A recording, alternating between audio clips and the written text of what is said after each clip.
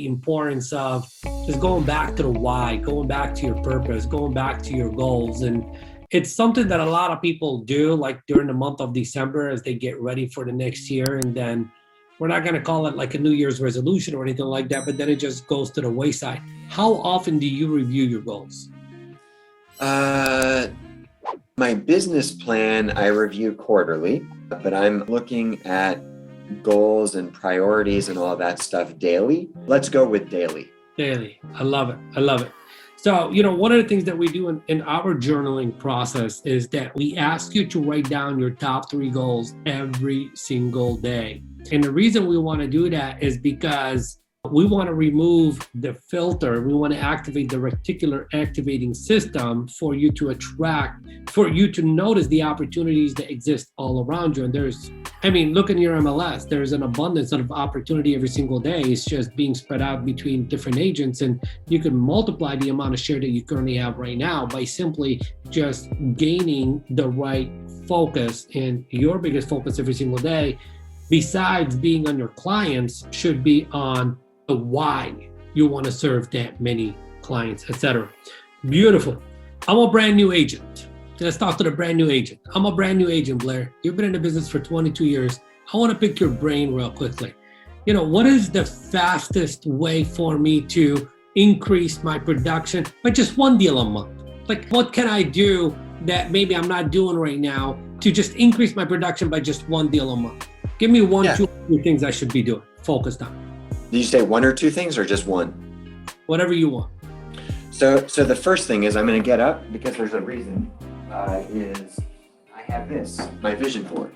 Love in my office, have it right behind me, look at it every day. We need to have that. So it again goes back to the why. Why are we doing so number 1, I'm going to write down number 1, get clear on the why. Absolutely. Because without that, we don't know either what we want or where we're going. So if we don't know either of those things, we're just going to end up doing whatever. And that was a struggle of mine for quite a while, probably the first, let's call it maybe like 8 years in the business. I didn't know any of that. So it was just a crapshoot every day. Outside of that, finding the source that you want to work on and just dominate that. So if it's prospecting, hit prospecting up, figure out the best ways to do it. If it's open houses, then figuring out the best way to do open houses. There's nothing wrong with any of the multitude of sources that we have in our business to get business.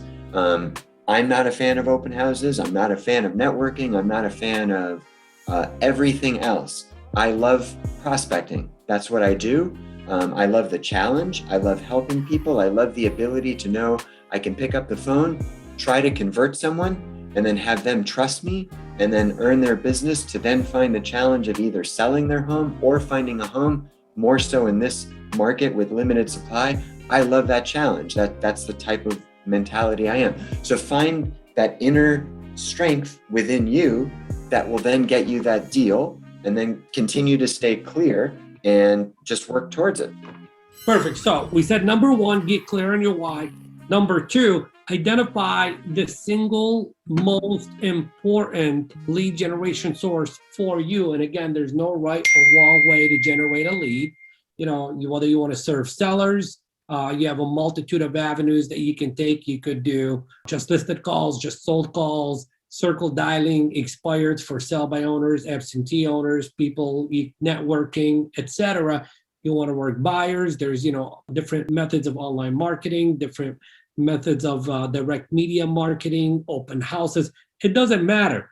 Just get that list of all the different lead generation methods and see which one is the one I want to double down on. Which one is the one that I'm most comfortable working for me, and double down on that one and stick with it until you perfect it. And then once you do that, then you can add other lead generation sources to your business, etc. So that's number 2. So now let's talk about how important is skills, sales skills, listing presentation, buyer presentation, objection handling, closing, etc.